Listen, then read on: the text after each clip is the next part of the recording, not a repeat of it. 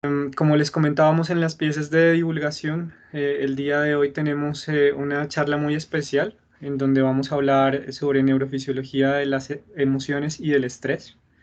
Entonces, en esta primera media hora aproximadamente nos acompañan dos colegas y amigas de la Corporación Universitaria Minuto de Dios. Ellas son Alejandra Rizo y Carolina Cárdenas. Voy a hacer una pequeñísima presentación de ambas. Si me equivoco en algo, porfa, me corrigen Carolina y Alejandra. Entonces, Alejandra es psicóloga de la Fundación Universitaria San Martín, es especialista en evaluación y diagnóstico neuropsicológico de la Universidad de San Buenaventura y es máster en neurociencia y cognición de la Universidad de Navarra en España. Y Carolina es psicóloga de la Universidad Nacional y es magíster en psicología también de la Universidad Nacional. Con ambas hemos trabajado ya desde hace unos 3 años y medio, cuatro tal vez, en diferentes proyectos que abarcan desde interfase cerebro-máquina en pacientes con algún tipo de enfermedad hasta sistemas de neurorealimentación, y actualmente pues estamos finalizando un proyecto de neurofisiología de las emociones y violencia contra las mujeres. Entonces, Alejandra y Carolina, bienvenidas, muchas gracias por estar aquí.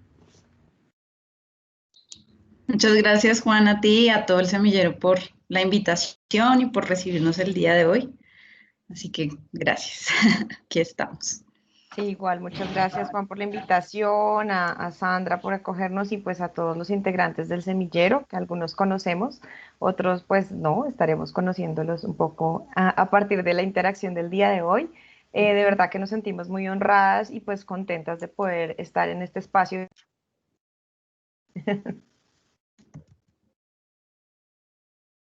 Sí, muchas gracias. Sigue entrando gente. Sí, es que justo para estos días se programó una preinscripción de materias y estamos ya cerrando semestre, entonces es por eso que eh, entiendo que algunos estudiantes andan todavía con esos líos. Corriendo, claro. Sí. Bueno, habíamos pensado que esta sesión fuera charla presentación, entonces a los asistentes, si en cualquier momento quieren participar, pues les pido que por favor levanten la mano y vamos cediendo la palabra. La idea es que Carolina y Alejandra nos presenten un poco su visión de los proyectos que hemos realizado, cómo se abordan estos proyectos desde la psicología, desde las neurociencias, y de pronto si queda algo de tiempo que nos compartan un poquito. Ellas no son expertas en psicología social comunitaria, pero pues hemos trabajado también de la mano con esa área. Entonces, todo suyo el escenario, Alejandra y Carolina. Muchas gracias. No sé, yo acabé de compartir la presentación, pero no sé si la están viendo. Sí, le estamos viendo, Sí. Aleja, bien. Ah, Sí, sí. gracias. Yo aquí. Bueno, entonces iniciamos con esta conversación. El tema que nos acoge el día de hoy es la neurofisiología del estrés y las emociones, ¿no? Entonces tratamos de orientar un poquito nuestra conversación hacia allá y pues les vamos a contar también un poco sobre este proyecto de neurofisiología de las emociones y violencia contra las mujeres, que es la versión resumida que escogimos para los proyectos. Los proyectos suelen tener un poco los nombres un poco más extensos por aquello de que nosotros queremos mostrar allí las variables y la interacción que estamos tratando de evaluar entre ellas. ¿Listo? Entonces este proyecto es un proyecto conjunto, como mencionaba Juan, que empieza con una idea de unos chicos en un semillero de neurociencia básica y clínica en un minuto, pero después pues va integrando una serie de personas interesadas, incluyendo los investigadores, pues digamos que el grupo base que está allí, pero también una cantidad de gente que ustedes varios conocen seguramente, y pues otros que no están allí escritos, pero sí son, pues fueron y son todavía muy importantes piezas clave para todo este proyecto. Inclusive Sebastián, que por ahí está presente.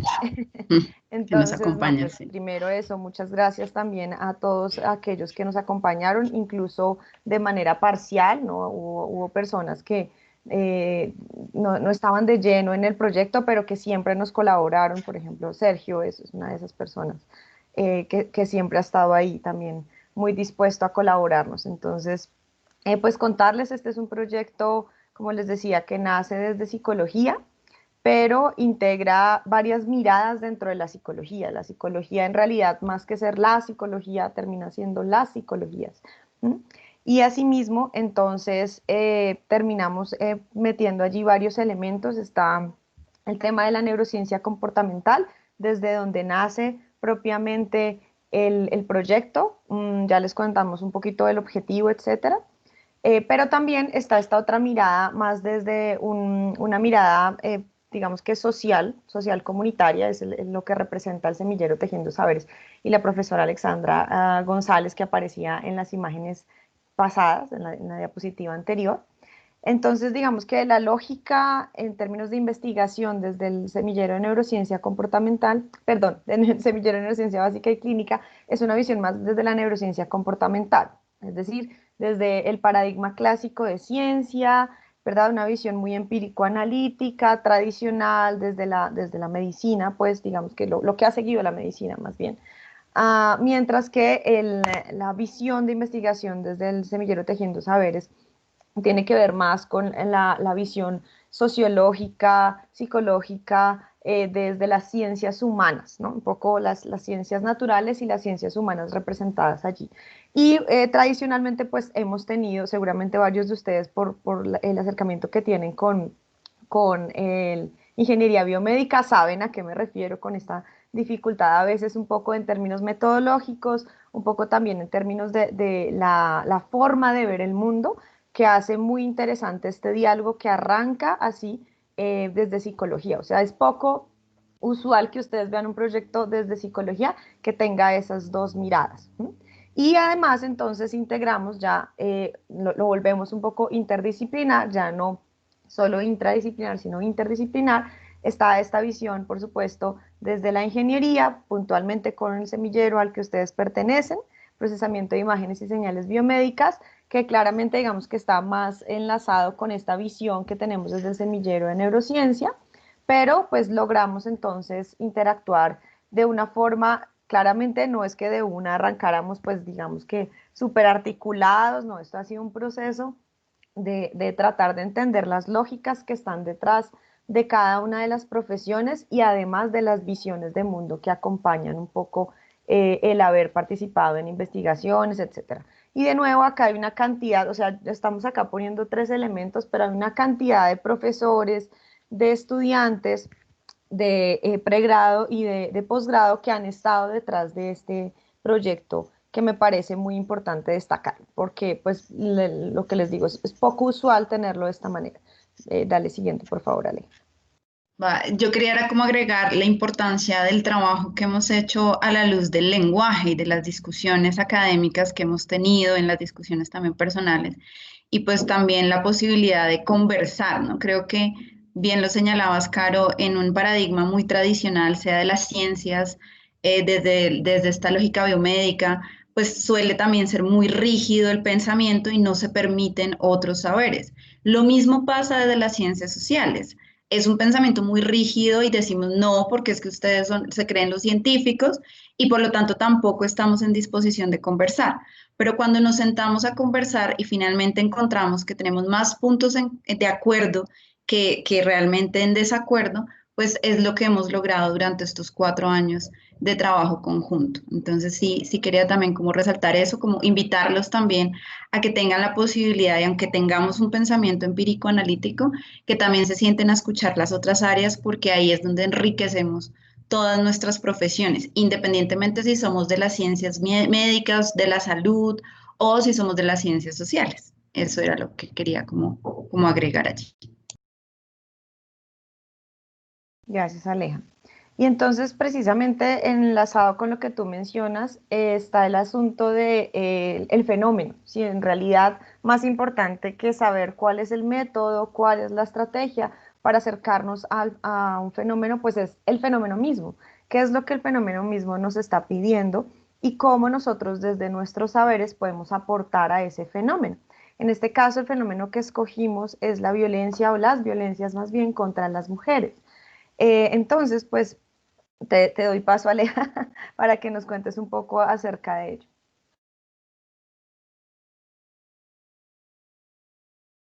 Micrófono, Aleja. Perdón, gracias.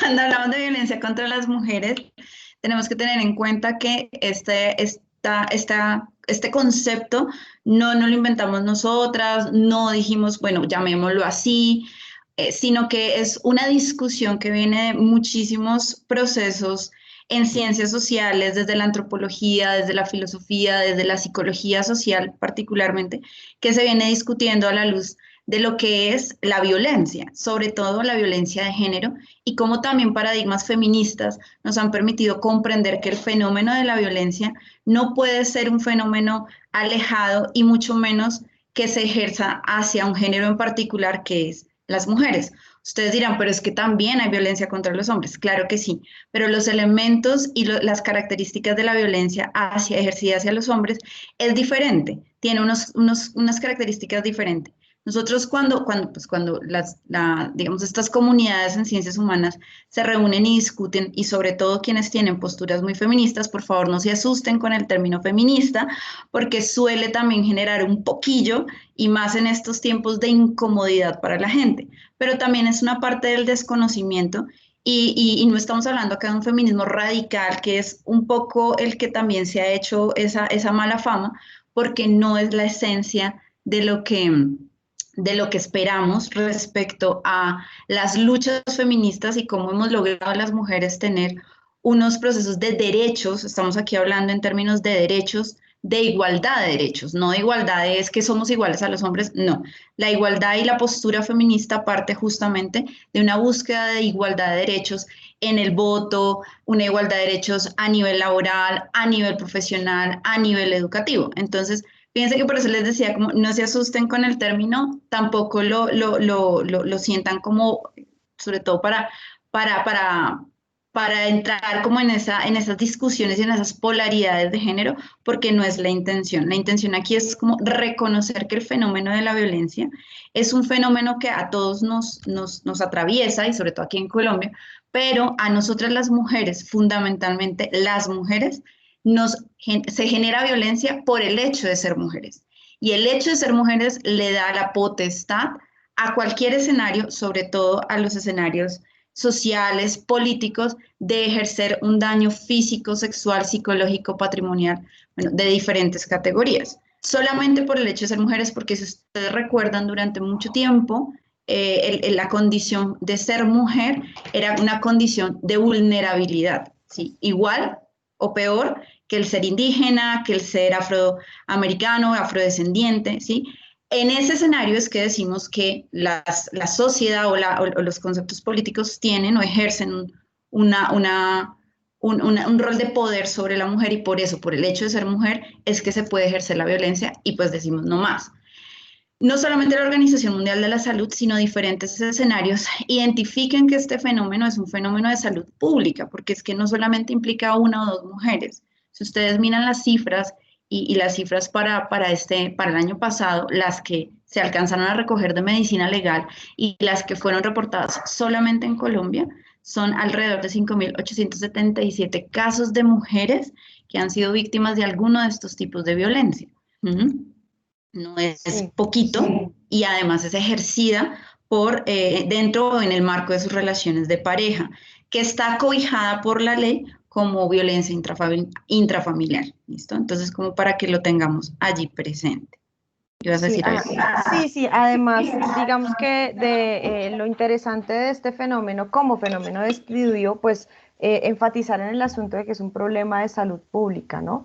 Es decir, no es que únicamente esto ocurra con una o dos mujeres, sino que se genera de manera sistemática y genera daños que en últimas lo que se ha reportado también es que incluso implican pues daños a nivel de el funcionamiento neurofisiológico, que es hacia allá, digamos que hacia donde le apuntamos nosotros. Entonces, tradicionalmente este fenómeno se ha estudiado más desde las ciencias sociales, ¿verdad? Ciencias humanas, ciencias sociales, con esta mirada que busca, por ejemplo, la no revictimización de las mujeres que han vivido estas situaciones, que sabemos que las consecuencias pueden ser, así como lo menciona la definición de la OMS, en efecto, en términos físicos, pero va más allá, digamos que de un golpe sino que también, por ejemplo, los elementos psicológicos que están detrás de ellos marcan la diferencia y hacen también que, insisto, haya algunos elementos a nivel neurofisiológico que cambien. Y hay evidencias de esto, o sea, antes de que nosotros empezáramos a trabajar en este proyecto, ya existían estudios que abordaban este fenómeno y digamos que buscaban evaluar elementos como hormonas, por ejemplo, la presencia, aumento, disminución de hormonas como el cortisol, pues, puesto que digamos que uno puede interpretar o incluir estas situaciones puntuales de violencia como situaciones estresantes, de allí pues que estemos un poco enlazados en la charla del día de hoy con lo que va a presentar la profesora Laura más adelante. Pero además también hay unos cambios a nivel, como les decía, no solamente centrales, o sea, del funcionamiento del sistema nervioso central, sino también periféricos, que en últimas se han estudiado, pero de una manera un poco, ¿cómo llamarlo? Como centralizados en una visión, decíamos, ¿no? Desde las ciencias naturales o en una visión desde las ciencias sociales. Y con esta división, entonces se ha mirado un poco con desconfianza la mirada digamos que patologizante del tema de la violencia, o sea, al pensar en el tema de, por ejemplo, la mujer violentada, ¿sí? La mujer que tiene un problema Maltratada. maltratada. Este tipo de cosas hace que, pues en últimas, las mujeres que hemos vivido, digamos, ese tipo de situaciones, pues nos sintamos un poco con un rótulo, que esto pasa mucho en la psicología, y de esta manera pues se hace un poco más complejo. Entonces lo que propone este proyecto en últimas es sí recoger estos elementos desde la neurofisiología, pero teniendo esta visión un poco con el cuidado que desde la psicología social comunitaria se ha buscado. Entonces, el tema de violencias contra las mujeres, o sea, hablar de las violencias, porque no es un tipo de violencia, sino muchos tipos de violencia, ¿sí? Violencias que digamos que varios de nosotros desconocíamos incluso antes de entrar a este proyecto, violencia patrimonial, la violencia psicológica en sí misma, por ejemplo. El tema de no buscar la revictimización o evitar a toda costa pues la revictimización de nuestras participantes, conservando la rigurosidad y pues todos los elementos que implica hacer un proyecto de investigación desde las ciencias biomédicas y también pues estar muy contextualizados en torno a estos elementos de la violencia a nivel de problema de salud público, como es, ¿no? Creo que estos son algunos de los elementos que hemos cuidado. El lenguaje es algo muy importante que también he visto que en todos nuestros investigadores, incluyéndome, ha ido variando, ¿sí? Nosotros mismos nos hemos ido como dando cuenta de, oh, ok, yo no sé, por ejemplo, ayer yo escuchaba a mi papá decir, sí, estaba Pepita Pérez, que era una prima, se quedó solterona. Entonces claro, ya en algún momento ese tipo de cosas, pues no era para mí llamativas, pero ahora el hecho de decir, ok, bueno, ¿qué está detrás de decir que una mujer que pasa X edad es solterona? ¿Sí? Entonces, bueno, es todo el tema también, por eso Aleja lo mencionaba, del feminismo no radical, creo que nosotros siempre hemos buscado ser muy conciliadores en el sentido de nosotros no buscamos entonces ahora poner allí al hombre como el tema de usted es el malo o algo por el estilo, sino realmente generar una conciencia de la importancia de este tema. A propósito de esto, el 25 de noviembre que pasó hace unos días, era fecha de conmemoración de la eliminación de la violencia contra las mujeres para que estén enterados y enteradas, ¿no? En últimas. Entonces, bueno, sigamos un poco. Gracias.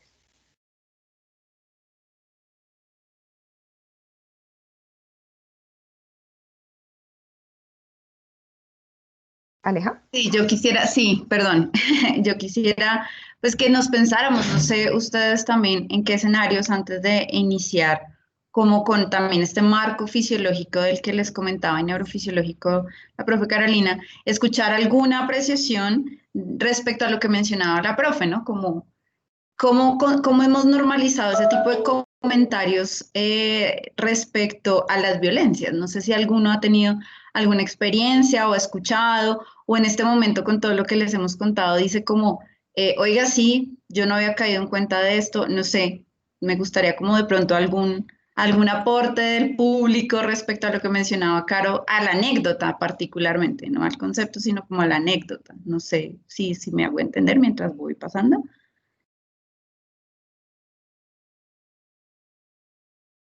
¿No? ¿A alguno le ha pasado algo parecido o ha caído en cuenta de Sí, esto? quisiera decir, ¿sí me escuchan? Sí, señor, te Sí. escuchamos. Sí. Pues digamos, yo creo que en mi generación y como con mis compañeros nunca he visto eso, pero sí lo he visto en gente muy mayor como mis abuelitos, mis abuelitas, ahí sí se ve muy marcado como este tipo de comportamientos. Sin embargo, creo que como que nuestra generación tiene un poquito más de educación respecto a eso. Ok. Súper, Nubia, Juan, Qué chévere. interesante. ¿tienes levantada la mano, Nubia? Adelante. Sí, digamos, en un caso una vez un compañero dijo algo así como, eh, y me lo dijo, y tuve una explosión de emociones con él, fue como, eres como una rubia pero pelinegra, haciendo énfasis Ok. en tipo como, eres boba o algo así, yo como, bueno, le vas bajando un poquito a eso, Ok. primero por la despreciación tan fea y segundo porque pues merezco un poquito de respeto. Entonces, ese tipo de cositas creo que aún a veces siguen por ahí. Ujú. Fíjense que sí, pareciese que en el lenguaje nosotros no dijéramos nada y que fuese un poco naturalizado como ese tipo de comentarios. Ay, no, dejé de llorar que parece una vieja, por ejemplo, es otro tipo de comentarios que uno hasta hace, desde que nosotros, por lo menos yo, desde que estoy en este escenario mucho más profundo, digo, hey, no, un momento, wait, no. Que llore no significa que seas sinónimo de débil o de, porque inmediatamente eso es lo que consideramos. Un poco lo que tú mencionas, ¿no? Ay, pues parece rubia. Las rubias que son bobas, tontas, y eso que tiene que ver. ¿Y por qué me compara con esos escenarios? Ok, Sandra. Em, sí, es que estoy de acuerdo en que pues todavía pues, se presenta mucho, pero también Ujú. estoy de acuerdo con que esta generación es como más consciente de eso, para uno era como más normal pasar esas cosas, es parte, todavía es parte como, no sé, de la cultura o de la educación, y lo que tú dices, como que ahora yo me doy cuenta, pero antes era, siempre ha sido tan normal y sobre todo en ambientes de trabajo y todo, Mm. eh, sobre todo en empresa, porque en la universidad, no sé, creo que se presenta menos, aunque en pregrado nosotros teníamos un profesor, no voy a decir su nombre, pero es un profesor mayor y creo que ya no dicta en la escuela, que Ok. saludaba, primer día saludaba como buenos días futuros ingenieros, buenos días futuras amas de casa. O sea, era así, el grado de irrespeto era ese, desde el Wow. primer día. Y todo el mundo era toteado de la risa y como que hablábamos y era como la anécdota, pero no, pero como, no sé, como que nosotras mismas las mujeres nos reíamos y nos Ujú. parecía como, ay, ese profesor, y era como aceptado, entonces eso ha cambiado. O sea, yo creo que ahora llega un profesor a decir eso y más o menos lo están sacando al otro día. Eso afortunadamente creo que eso ha mejorado. Nos falta mucho, pero creo que sí somos más conscientes de eso. Genial, porque también una de nuestros alcances dentro del proyecto justamente es ese, poder reflexionar en torno a esas prácticas y lo que dices Juan, Andrés, y un poco la experiencia de Nubia, la tuya, Sandra, de una u otra forma nos permite ver que sí estamos generando unos cambios y que cada vez tenemos que ser mucho más, sin ser extremistas, ojo, porque esa no es la intención, pero sí no dejar que ese tipo de prácticas o ese tipo de lenguajes se sigan manifestando, se sigan naturalizando, y mucho menos nosotras las mujeres, que al final también somos quienes de una u otra forma mantenemos algunos círculos ¿por qué? Por las mismas lógicas educativas y sociales que al final naturalizamos porque, pues porque sí. Entonces, sí, muchas gracias a los que participaron. Y bueno, continuando entonces, sobre emociones y sobre teorías de las emociones vamos a encontrar un montón de teorías desde la psicología y desde diferentes escenarios. Nosotros desde el proyecto fundamentalmente nos hemos acogido y desde lo que entendemos como neurociencias, la teoría fundamentalmente de biodimensional de Peter Lang. Es una teoría que si bien pareciese vieja, pero desde el 95, pero no es tan vieja, aún se mantiene y muchos de nuestros investigadores en Colombia han recogido estas ideas, sobre todo investigadores que trabajan en fisiología, en neurofisiología, en relación a cómo se entienden las emociones desde las neurociencias. Y una de esas características es que vamos a tener en cuenta que para que nosotros generemos una emoción, hay que partir del concepto de que las emociones son respuestas, ¿listo? Una emoción es una respuesta y al ser una respuesta, pues hay un algo que la desencadena y suelen ser una serie de estímulos con contenido emocional que las van a desencadenar. Esas respuestas de las que estoy mencionándolas, de acuerdo a la teoría de Peter Lang, van a conformar una serie de sistemas que son denominados de acuerdo al tipo de respuesta que se desencadena. Tenemos respuestas de orden cognitivo, respuestas de orden motor, corporal, tengámoslo presente porque tenemos tanto todo lo que tiene que ver con movimiento involuntario visceral y tenemos todo lo que tiene que ver con movimiento voluntario, sobre todo esquelético. Y tenemos finalmente ese componente fisiológico del que más o menos ya mencionaba la profe Carolina, que tiene que ver con la respuesta hormonal y la respuesta autónoma de la emoción. Entonces, no todos los estímulos, que eso también es importante tenerlo en cuenta, de pronto ahorita voy a esa diapositiva, pero me voy a adelantar, no todos los estímulos tienen contenido emocional. Y cuando yo hablo de estímulos, pensémonos en esos fenómenos naturales, como la luz, como el sonido, como la presión, todos estos fenómenos que están no solamente en la parte externa de nuestro cuerpo, sino al interior de nuestro cuerpo también. Por lo tanto, todas esas características o todos esos estímulos que están allí y que mis sistemas están todo el tiempo como, perdón, hola Laura, Laura, te voy a silenciar un momento.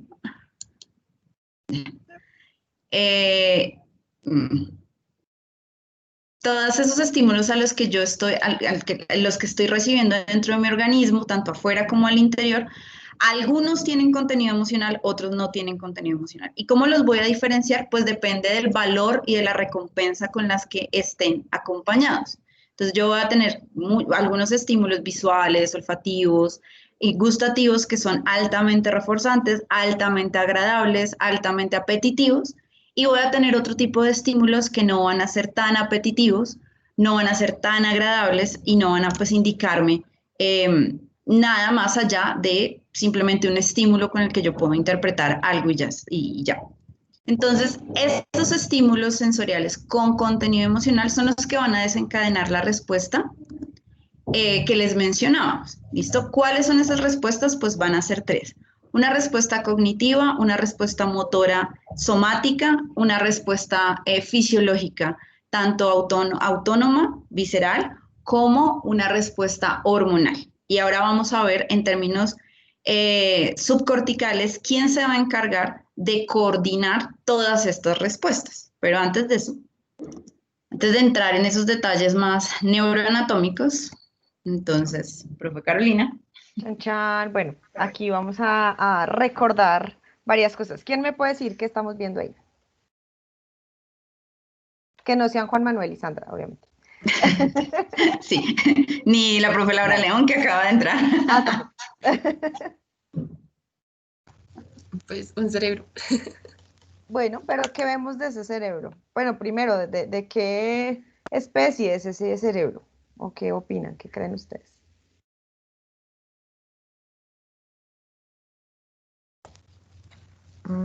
Humano.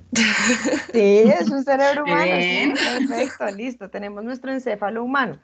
Pero fíjense que lo tenemos desde una visión superficial, una vista superficial. ¿Por qué les contamos todo? Pues nos refrescamos esto porque creo que puede sonar muy obvio, pero ahora que vayamos a hablar de las estructuras y las conexiones, van a ver por qué estamos hablando de esto obvio hasta lo más específico, ¿sí?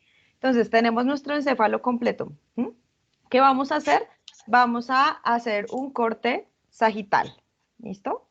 ¡Tarán! Entonces tenemos este corte sagital hecho, creo que precisamente por la profe Alejandra, en un cerebro humano. Claramente no es el mismo cerebro, no, es otro cerebro.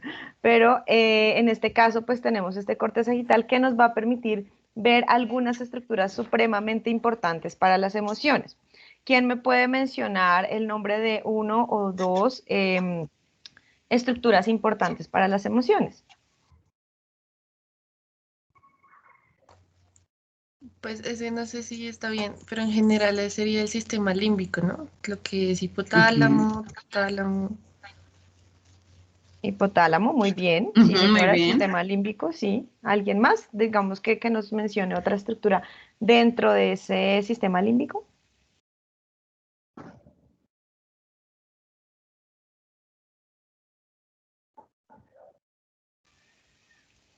Bueno, listo. Entonces, por ahora vamos con el hipotálamo. Aleja el hipotálamo, chan, chan, listo. Ahí tenemos nuestro hipotálamo, ¿listo? Entonces, solamente estamos mostrando el hipotálamo, pero vamos a ver cómo varias estructuras que acabo de mencionar de manera correcta nuestra compañera, pues Nubia, va a funcionar perfecto, pues, para permitir esos tres elementos que mencionaba la profe Aleja, ¿no? Entonces, tanto el componente cognitivo, como el componente motor, como el componente visceral y pues hormonal que va a permitirnos pues generar como tal la identificación de un elemento como un elemento susceptible de generar emoción y en últimas pues que corresponda como tal con una respuesta, ¿listo? Entonces, dale siguiente, por favor. Entonces, otra de las estructuras, aparte del hipotálamo que nos mencionaba el Nubia, está, y es muy conocida tal vez por algunos, es la amígdala. ¿Listo? Las amígdalas cerebrales. En algunas conversaciones con Juan decíamos, a veces piensan que son las amígdalas de aquí. No, no son las amígdalas de aquí, son las amígdalas cerebrales. Las que están allí se denomina amígdala porque tiene una forma de nuez. Justamente los anatomistas pues intentaban relacionar lo que veían con lo que conocían también en su medio y esa estructura está, fíjense, en esta partecita, en todo el lóbulo temporal. Recuerden que, voy a devolverme un segundo aquí, estamos en el lóbulo temporal, en la parte externa. Si yo hago un corte profundo de esta estructura, que es muy difícil encontrarla, no es tan sencillo encontrarla, sobre todo en un cerebro, se ha fijado o en fresco, hay que hacer unos cortes muy delicados, pero va a estar más o menos a esta altura de nuestro encéfalo. Entonces, piense que la amígdala va a ser la cabeza de toda la respuesta emocional, o sea, quien va a recibir esos estímulos con contenido emocional y quien va a dirigir qué tipo de respuesta es la que se va a generar, ¿listo? No está sola, en efecto es un sistema, como decías, Nubia, pero necesitamos una cabeza. La cabeza va a ser la amígdala. Entonces, la amígdala básicamente va a estar constituida por tres núcleos, tiene muchos más, pero los tres básicos que pues les traemos aquí son el núcleo lateral, que es este, el núcleo basal, que es este, y el núcleo central. ¿Listo?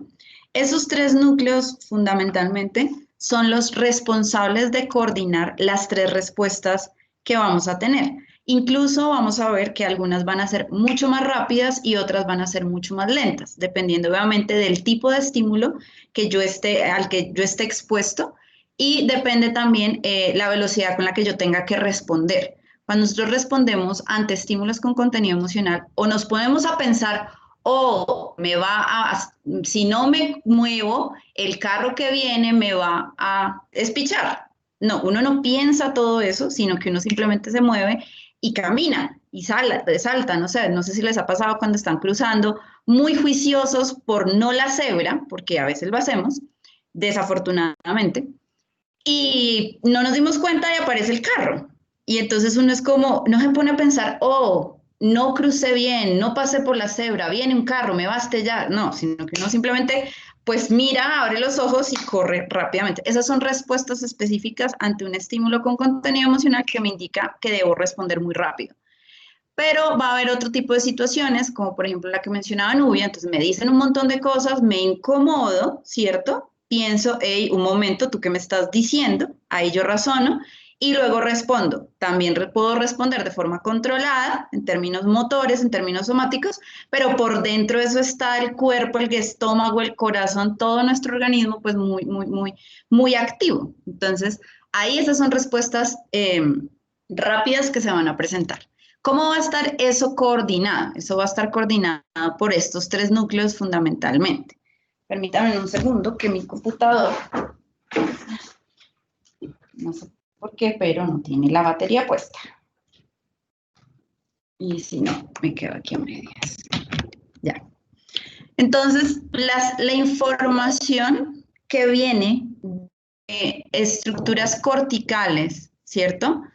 La información que viene de estructuras hipocampales, que también son subcorticales del lóbulo temporal, y que vienen sobre todo del tálamo, que es información sensorial, van a llegar hacia el núcleo lateral de nuestra amígdala. Y del núcleo lateral de nuestra amígdala lo que va a hacer es claramente comunicarse con otras estructuras para dirigir la respuesta, ¿vale?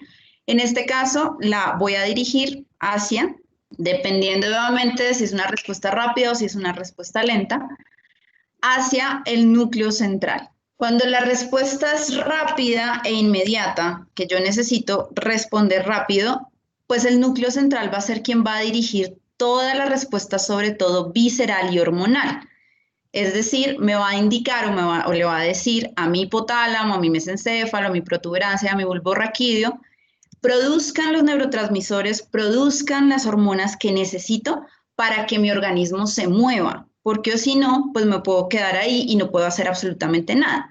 Paralizarse también es un tipo de conducta que nosotros tenemos ante estímulos con contenido emocional, pero que nos quedemos quietos incluso también está siendo coordinado por nuestra amígdala y por nuestra corteza cerebral. Entonces, quien está dirigiendo esa orquesta, pues va a ser la amígdala, ¿listo? Entonces, cuando nosotros hablamos de este tipo de respuestas somáticas, son respuestas de lucha, huida o aproximación, dependiendo del estímulo con el que nosotros estemos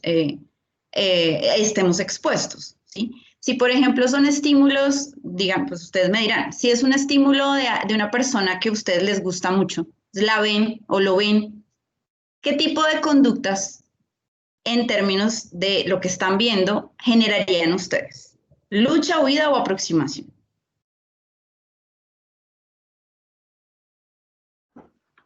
Porque eso varía dependiendo de la persona, pero ¿qué tipo? No el novio, o sea, piensen antes de que se volvieran novios o parejas. Las primeras veces en la fase de conquista, en donde vieron a la persona, es como, ¿qué hicieron o qué harían si les gusta mucho? Se aproximan, van y se le acercan, y así en plan, pues voy a ir a conquistar, o más bien digo, no, yo mejor me voy. ¿Qué tipo de conductas presentar? Nubia dice que en su caso, Sí, aproximación. ¿Quién más? claro, Ok. aproximación. Si no, nada, no hay nada. Aproximación, Juan Sebastián, Alison. Yo huida. Alison huye. Ok, por eso pregunto, porque no todos nos vamos a comportar de la misma forma. Y esas conductas hacen parte de la respuesta somática. Si yo me aproximo, si yo huyo o si yo me paralizo incluso también. Esa es la conducta, esa es la respuesta somática de la que hablamos. Pero cuando lo vieron o la vieron, ¿qué pasó al interior de su cuerpo? ¿Qué recuerdan? ¿Qué pasó allí? No sé, las famosas maripositas en el estómago o que me empieza a sudar las manos, no sé. ¿Qué les pasó ese primer momento para tomar, obviamente, la decisión de huir o de aproximarse o qué recuerdan? Lo de las sensaciones en el estómago, dice maripositas, como le dicen. Las famosas maripositas, ajá, ok, ¿algo más? Como de forma general, como ansiedad, no sé, como... Sí, ansiedad. No porque lo estás viendo. Entonces, fíjense que hay que distinguir un poquito el concepto de ansiedad frente a la emoción, ¿vale? Aunque la ansiedad va a desencadenar una respuesta fisiológica porque la desencadena, el estímulo no es el mismo, yo lo estoy presenciando. Cuando yo presento un estímulo específico, además, como el que les estoy mencionando, que es la persona que me gusta, ¿sí? O que me atrae o que me llama la atención, es un estímulo muy específico y además yo estoy expuesto a él. Por lo tanto, no estoy pensándome, ¿sí? Como yo me encuentro nuevamente esta persona. ¿Qué pasaría si yo le hablo o no le hablo? No, no estoy pensando, no estoy previniendo o estoy imaginándome una situación. Cuando yo me imagino o cuando yo preveo este tipo de estímulos, ahí yo hablo de ansiedad, que claro, desencadena una respuesta, pero fíjense que yo no estoy expuesto al estímulo. ¿Listo? Esa es la diferencia. Mientras que cuando yo estoy expuesto al estímulo, en este caso estímulos específicos como los que estamos mencionando, ahí yo desencadeno una respuesta emocional. ¿Listo? Está relacionado con ese elemento emocional. Eso es una emoción la que se está produciendo.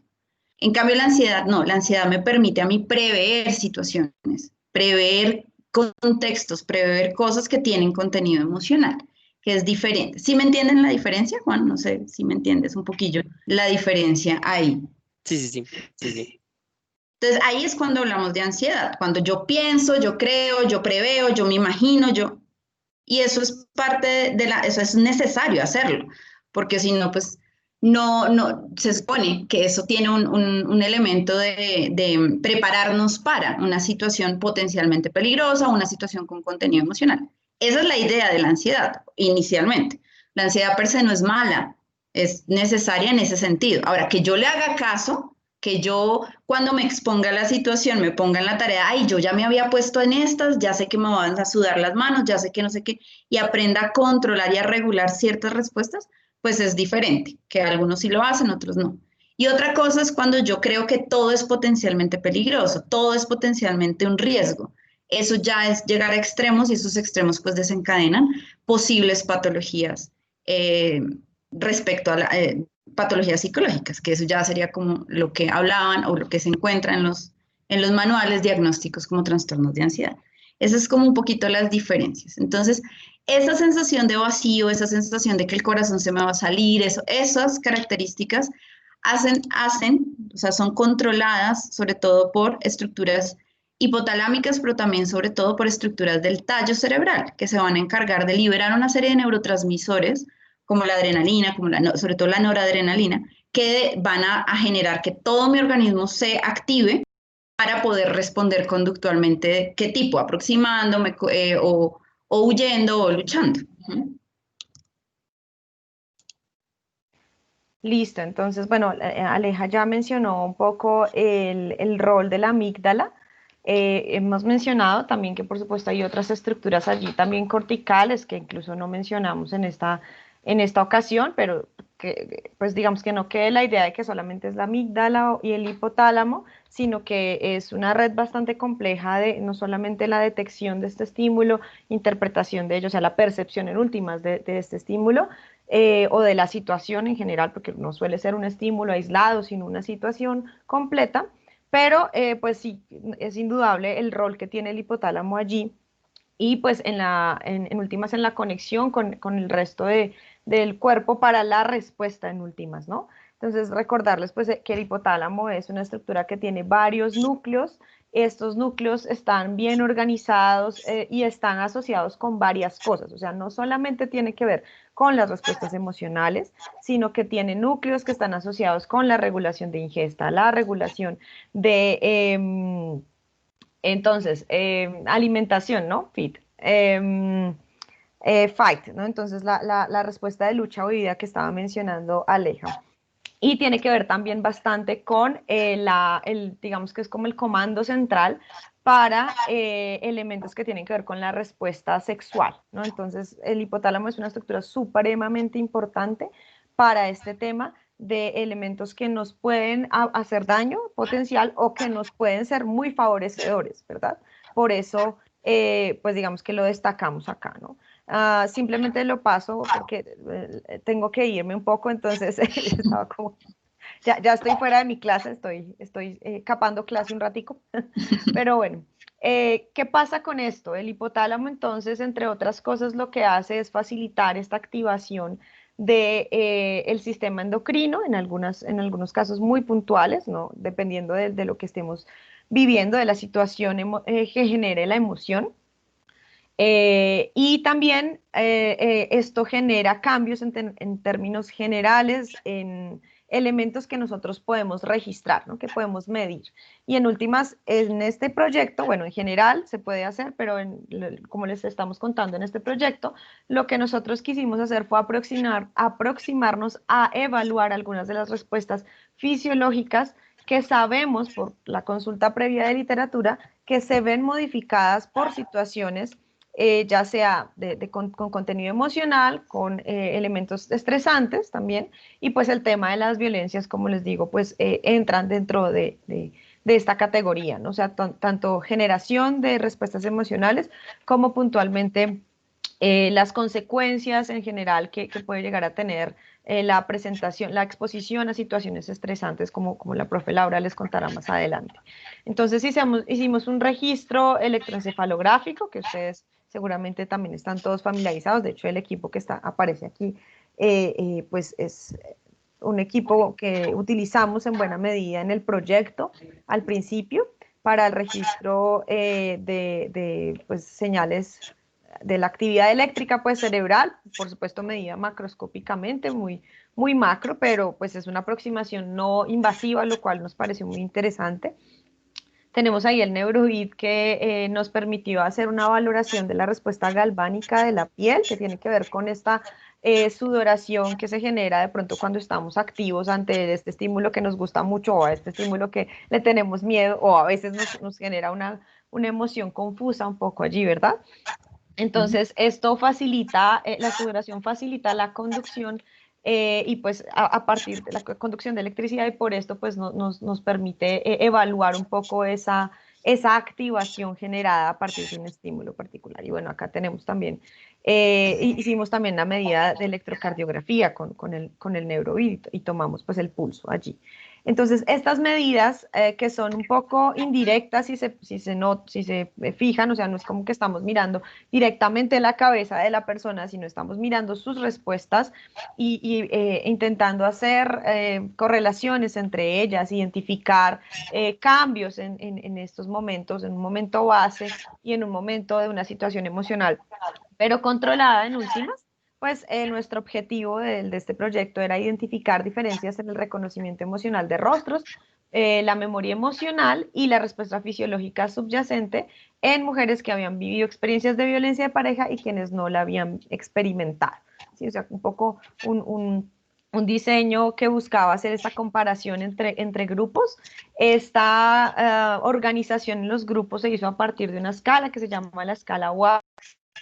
Mismas mujeres, digamos que no era que nosotros convocáramos a mujeres que hayan vivido violencia, sino en general a mujeres que hayan vivido o no hayan vivido, y a partir de la escala WASP y de la valoración personal, pues se lograba identificar un poco el grado de violencia, la frecuencia y la intensidad en últimas de la violencia vivida. Entonces, más o menos eso, de esta manera armamos estos dos grupos. O sea, armamos los grupos a posteriori, ¿no? En últimas, cuando estábamos trabajando con las participantes, pues no sabíamos a qué grupo iba a pertenecer. Básicamente todas tenían el mismo procedimiento, debían pasar por el mismo procedimiento. Entonces es un diseño cuasi experimental de corte transversal, con alcance correlacional, como les decía, y pues nuestro grupo etario estuvo dirigido de 18 a 45 años, mujeres en esas edades, básicamente por el tema de la mayoría de edad, que era un poco más fácil trabajar de esta manera y pues focalizarlo, perdón, en términos de edad.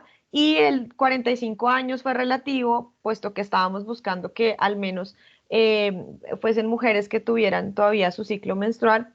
Esto pues sabemos también que el tema hormonal puede cambiar un poco estas respuestas a las que estábamos apuntando medir.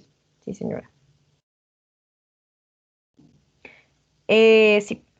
Entonces, bueno, estas son algunas de las tareas. Yo no sé si era mi turno, pero voy a explicarlas porque debo irme. Entonces, Dale, tranquila. listo, las ¿Quieres tareas. eso? Sí, ¿no? Sí, sí, es que ya me toca ir. Entonces, bueno, las tareas básicamente eran pues los estímulos emocionales, ¿no? Como les decía, un poco controlados en este sentido. Usamos el IAPS. El IAPS es el Sistema Internacional de Imágenes Afectivas. Hay dos validaciones, en este caso pues utilizamos la que generó el grupo de Gantiva y colaboradores en el 2011. Básicamente es un set de imágenes, una serie de imágenes contextuales. Tienen, no sé, por ejemplo, está una persona en un parque jugando, ¿sí? Entonces vemos el contexto, entendemos el contexto. No es como un estímulo aislado, como, no sé, un vaso solo con un fondo blanco, no, son imágenes con un contexto particular.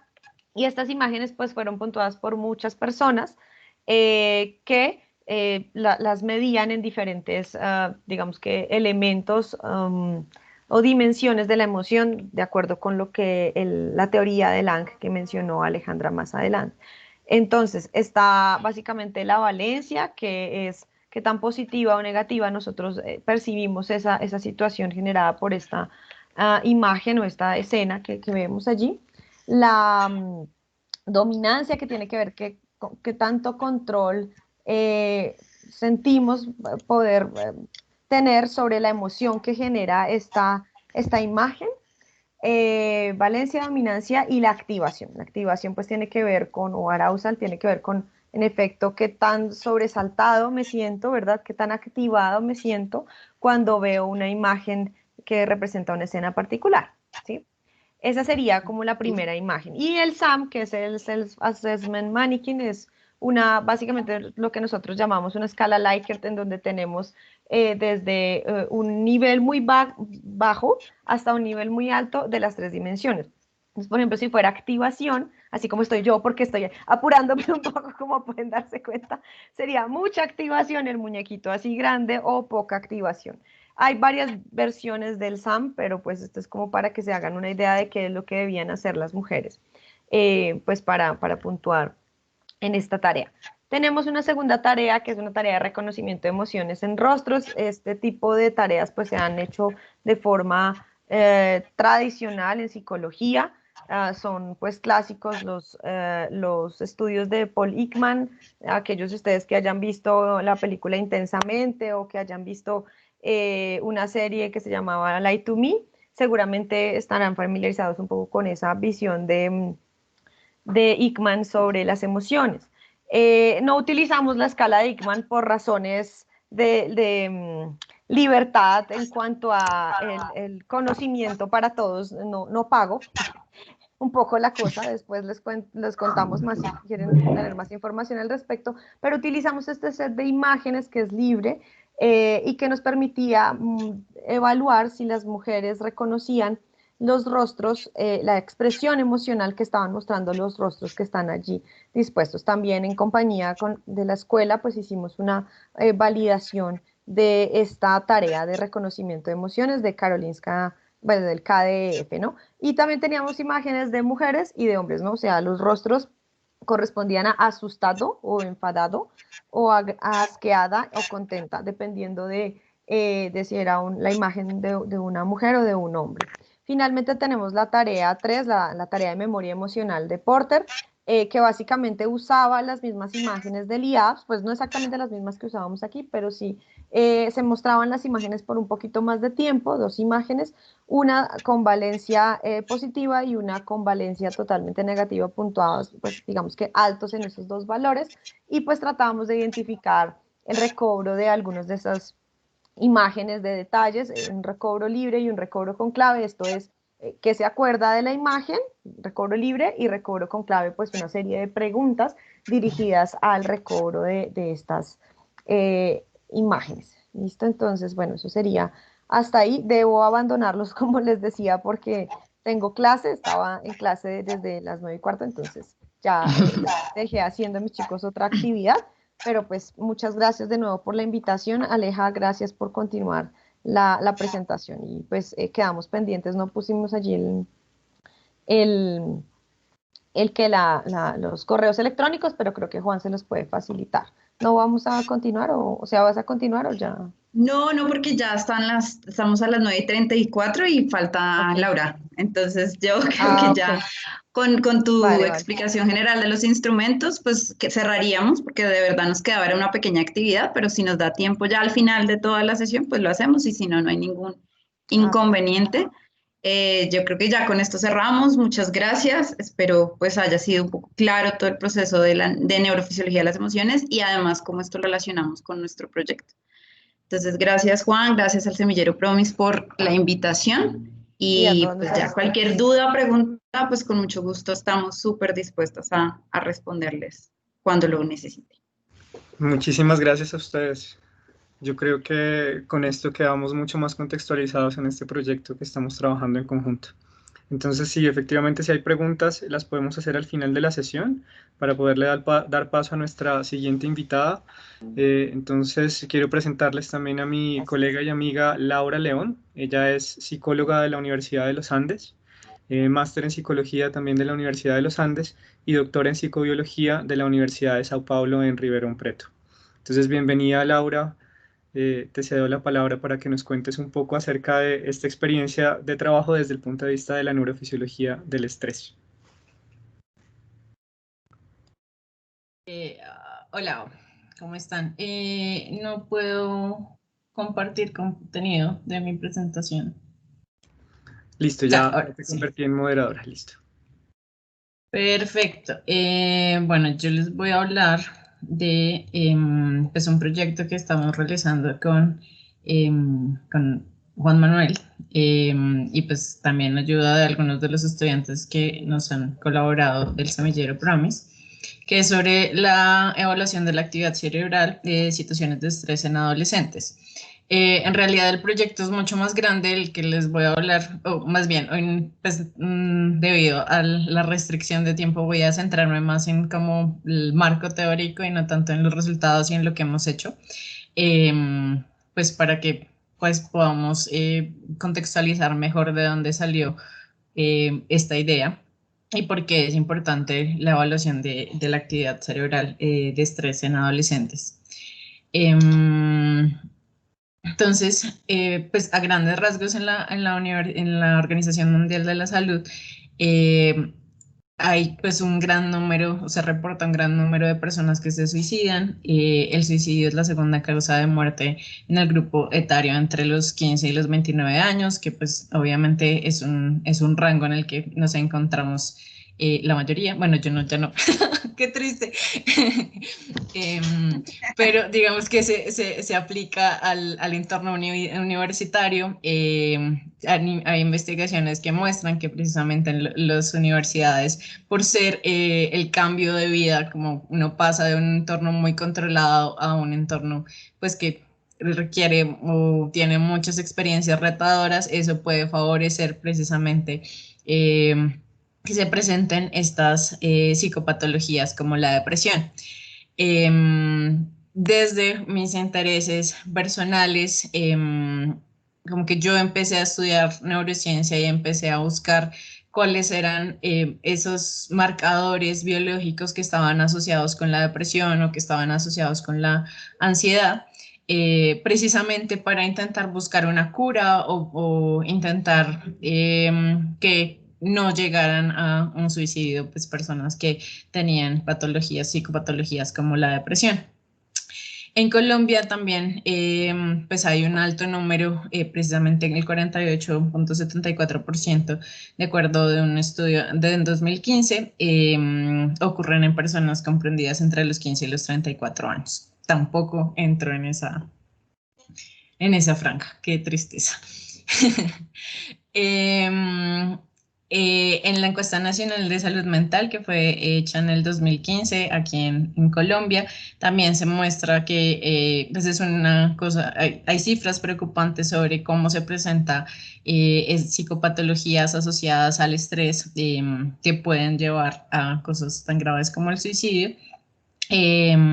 Pues también tenemos números preocupantes sobre la niñez y la adolescencia. Entonces, por eso, digamos que la justificación de investigar esos marcadores de posibles patologías a futuro puede ser muy importante para la prevención. Como les decía en la diapositiva anterior, Mi idea al principio era buscar la cura y de hecho cuando empecé a estudiar neurociencia o cuando estaba estudiando neurociencia, pues yo lo estudié en neurociencia básica, en animales. Buscaba más un fármaco y durante mi doctorado vi muchas materias sobre farmacología, pensando que la solución podía estar en encontrar el fármaco perfecto que pudiera llegar al receptor que está dañado y lo pudiera arreglar. Pero entre más estudiaba y entre más pensaba en cómo encontrar esa cura, me di cuenta que las patologías, las psicopatologías asociadas al estrés como ansiedad y depresión son muy complejas, no tienen como un solo camino o no tienen una sola razón de ser, digamos, no tienen un neurotransmisor asociado y ya, sino que son muchos neurotransmisores que están asociados, son muchos comportamientos que tienen que ver con, bueno, más que comportamientos, pensamientos que tienen que ver precisamente con esa evaluación cognitiva de las emociones. Entonces, ahí, cuando me estrellé contra esa realidad, y entre más estudiaba, más me daba cuenta que estaba muy lejos de encontrar esa posible cura a través de la farmacología. Volví a mis raíces psicológicas y volví buscando más la prevención, precisamente con el manejo que se le da al estrés. Entonces, ahí pues empecé a centrarme en cómo funcionaba el estrés y cómo estímulo que es estresante para unos no es estresante para los otros y que la forma como se maneja ese estímulo va a predecir la posibilidad de generar patologías a largo plazo. Entonces, pues como que me fui a la parte de prevención y por eso, pues buscando esos marcadores asociados al mal manejo del estrés, pues puedo ayudar a esa prevención. Entonces, pues una de las cosas que es muy importante es pues, definir el estrés. El estrés puede verse de diferentes maneras, puede verse el estrés, cuando ustedes dicen como tengo estrés, ¿eso realmente qué es? Es un estrés como una sensación que estoy teniendo en mi cuerpo, o esa persona es muy estresante, entonces estoy viendo el estrés como un estímulo. Eh, estoy viendo esa persona está llorando porque está estresada, entonces veo el estrés como una respuesta, ¿sí? Entonces hay diferentes formas de evaluar el estrés o hablar del estrés, entonces siempre es muy importante identificar cómo estoy entendiendo yo el estrés.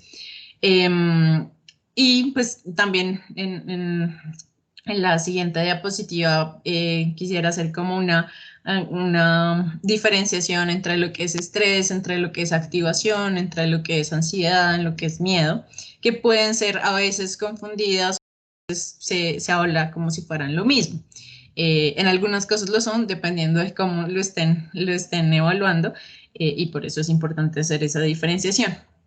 Después, hablar un poco del eje HPA, que ha sido muy relacionado con el estrés y pues precisamente como si hay un mal manejo del estrés, eso puede generar esas patologías asociadas que llamamos ansiedad y depresión. Hay otras que pueden estar asociadas, si hablamos solamente de patologías, hay muchas cosas que pueden ser relacionadas con el estrés, como por ejemplo el cáncer.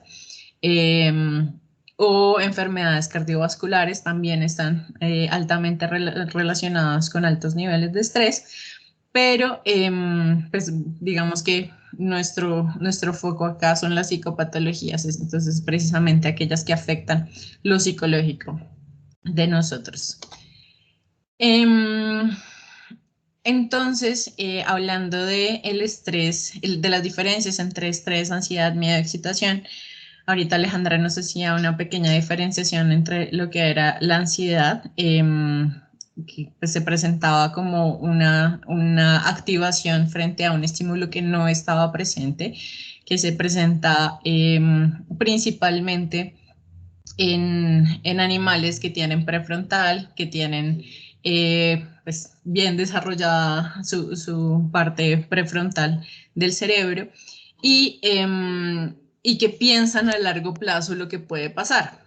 Esta ansiedad nosotros también la podemos encontrar en animales como por ejemplo las ratas. Las ratas, si uno, existe un modelo en ratas en donde un día se pone la rata en una caja, se pasan choques durante milisegundos, son choques muy rápidos, y de hecho son 3 choques de 1 miliamperio de 3 milisegundos.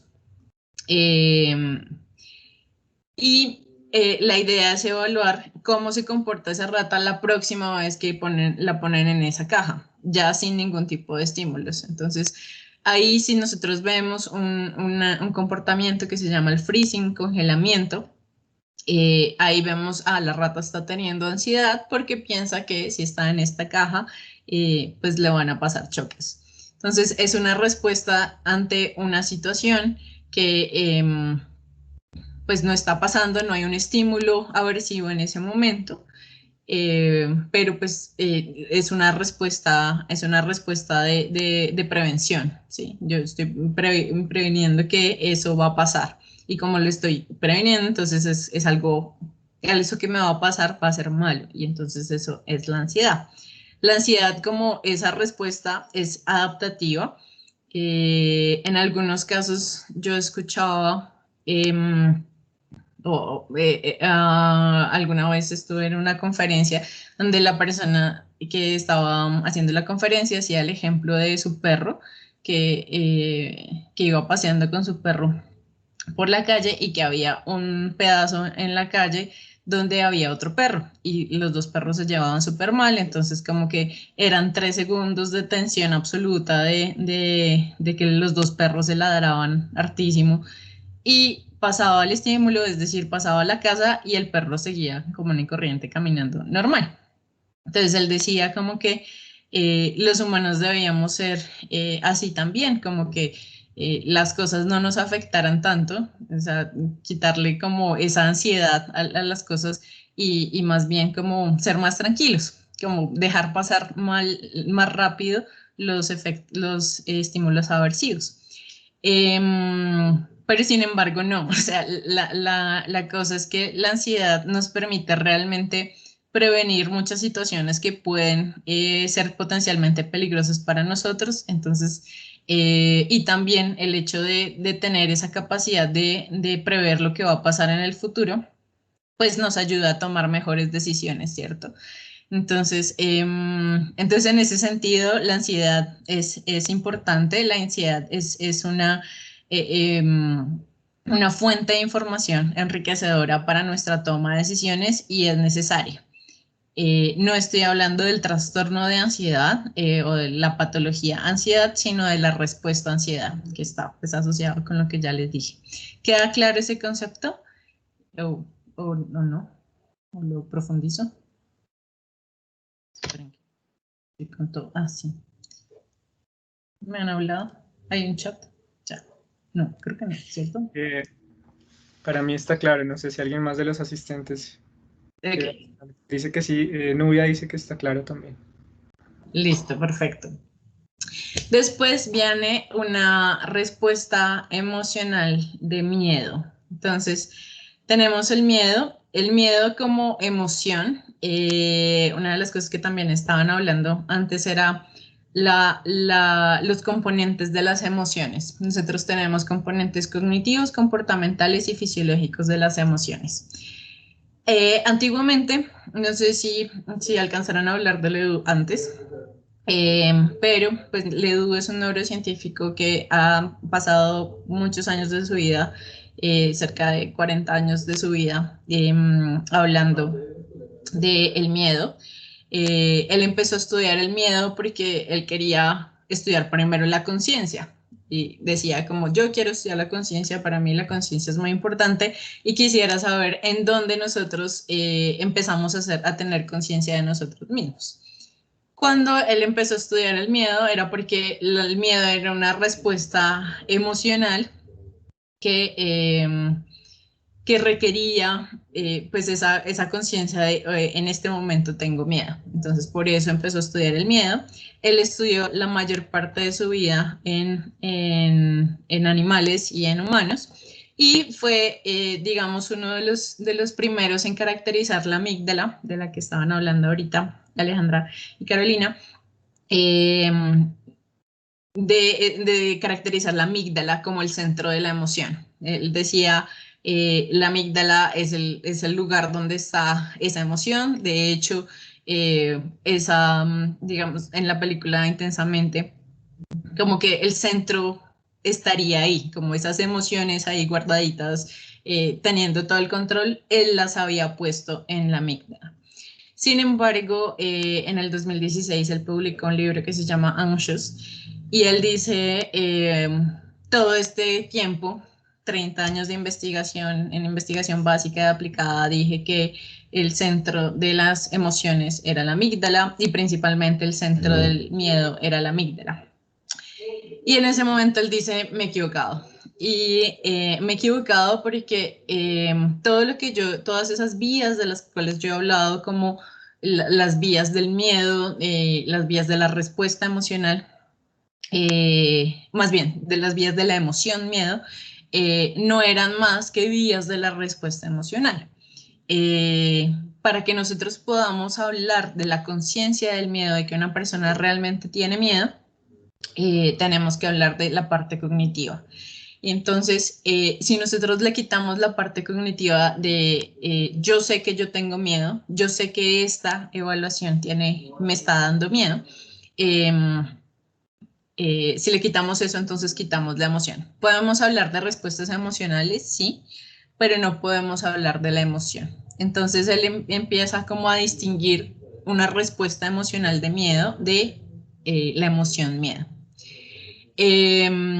La respuesta emocional de miedo y el miedo se pueden generar por el mismo estímulo. Entonces, si yo tengo una rata y le pongo un gato enfrente, pues la rata o se va a poner en freezing, que era ese comportamiento que les decía que se quedan quietas, completamente quietas, porque los gatos ustedes saben que les gusta el movimiento.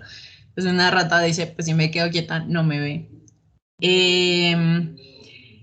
O sale corriendo, otra respuesta es la respuesta de fuga, o si es una rata valiente, se va a poner a enfrentarse al gato. Entonces, esa respuesta emocional es por ese estímulo, pero lo que dice Ledoux es que no sería una emoción de miedo, no podríamos hablar de la emoción de miedo porque realmente la rata no tiene la conciencia de tener esa emoción. Eso es muy importante, no tanto pues para la diferenciación en ratas versus animales, versus humanos, porque pues evidentemente hay una serie de estructuras y sobre todo la corteza cerebral está mucho más desarrollada en los humanos y pues nosotros realmente tenemos varias estructuras como por ejemplo el cíngulo que se encargarían de hacer esa valoración cognitiva, ¿cierto? Y entonces, pues realmente no sería esa diferenciación, sino, por ejemplo, diferencias como, ¿y qué tal si un niño en qué momento sabe que tiene miedo? ¿En qué momento ese desarrollo de su conciencia le permite identificar la emoción miedo? O, por ejemplo, un adulto mayor que tiene Alzheimer, que pues realmente ya ha perdido muchos elementos de su conciencia como ser humano, hasta qué punto lo que experimenta es realmente miedo o realmente solamente la respuesta comportamental o fisiológica del miedo. Entonces, digamos que ahí lo más importante es entender que si estamos hablando de las respuestas emocionales, en humanos tenemos que tener en cuenta también el nivel de conciencia sobre la emoción para poder hablar de emoción miedo. Esta emoción miedo o esta respuesta de miedo se presenta cuando hay un estímulo aversivo que está presente y eso pues, es lo que está generando esa respuesta emocional o la emoción como tal. La excitación, la puse aquí porque muchas veces cuando hablamos de estrés estamos hablando de la activación del eje pituitaria hipotálamo pituitaria adrenal. Estamos hablando del famoso eje HPA. Y ese ha sido muy relacionado con la respuesta al estrés. Una de las respuestas más famosas del eje HPA es la liberación de una hormona que llamamos la hormona del estrés. ¿Cuál es esa hormona del estrés según ustedes? O pues del conocimiento que tienen. Cortisol.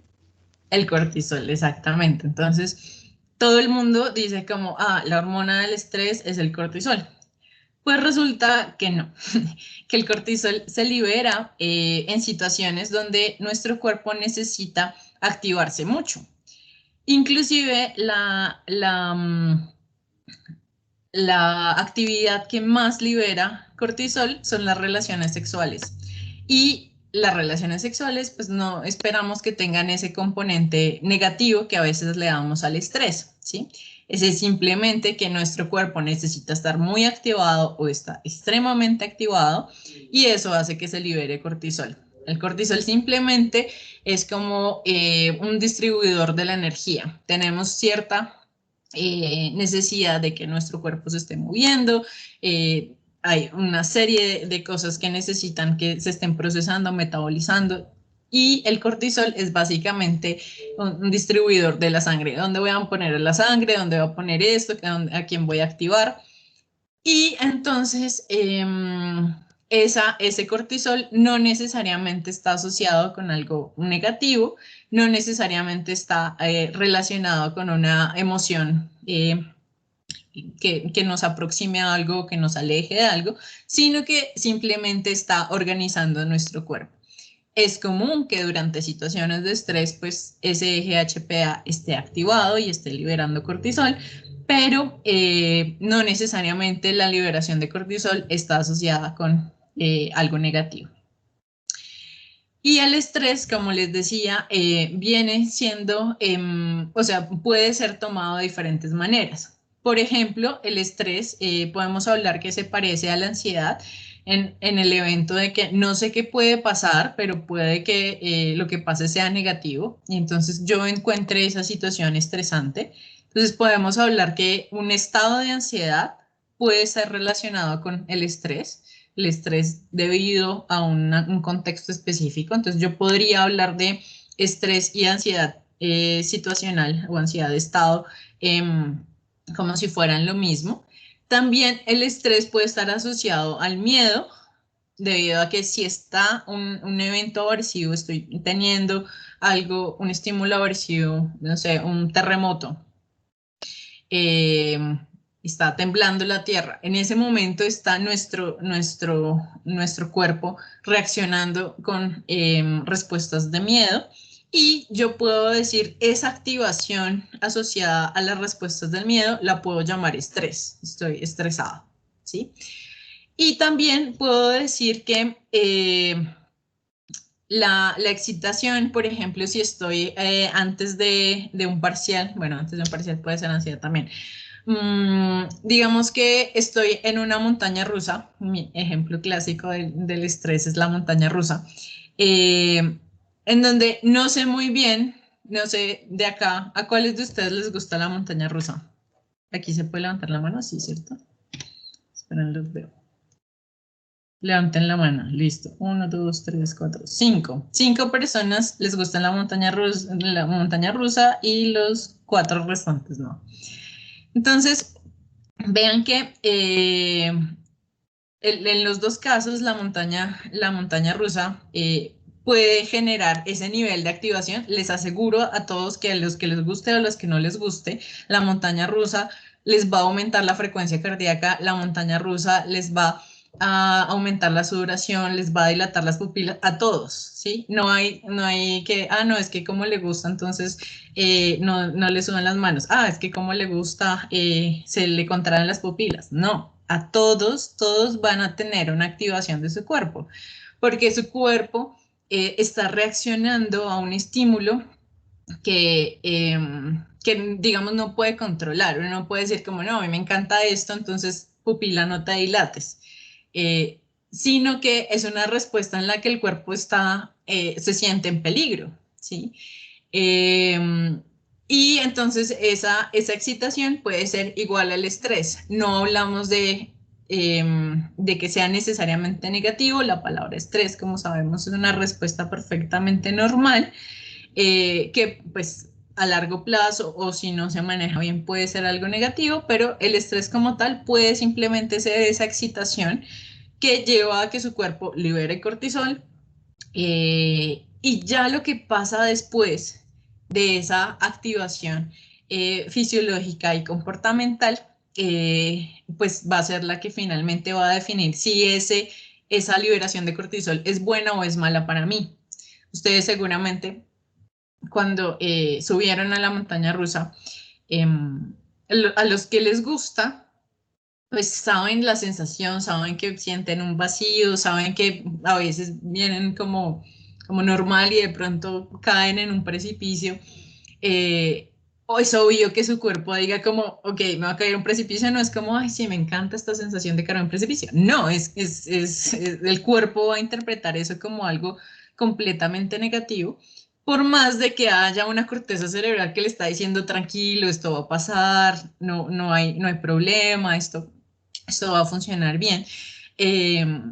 Porque nuestro cuerpo tiene que estar preparado a actuar.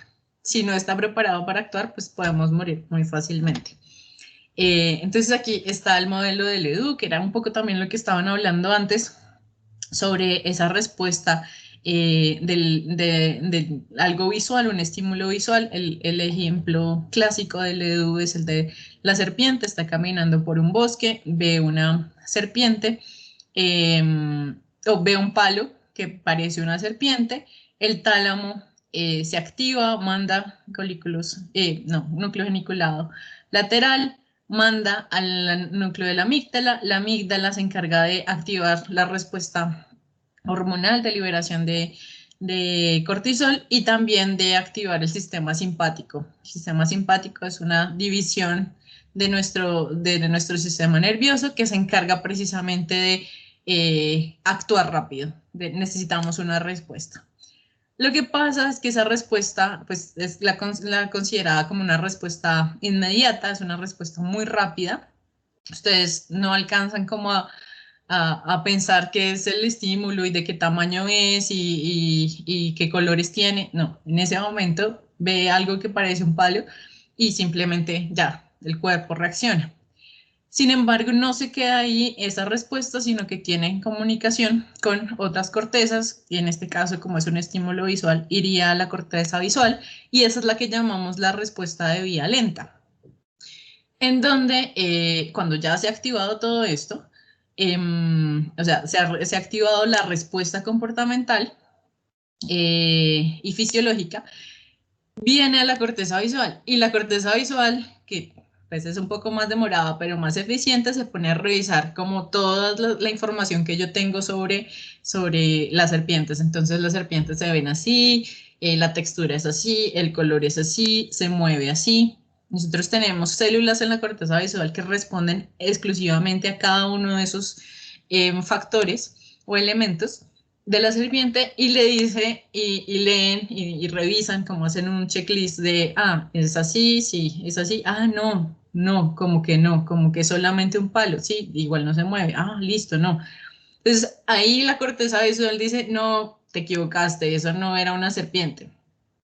Ahí devuelve la información al tálamo, el tálamo al núcleo de la amígdala y le dice, no, era otra cosa, falsa alarma, apágate, y pues ahí se va como apagando el sistema otra vez, o pues activando el sistema parasimpático, que sería como el que intenta volver a la normalidad después de un evento pues retador.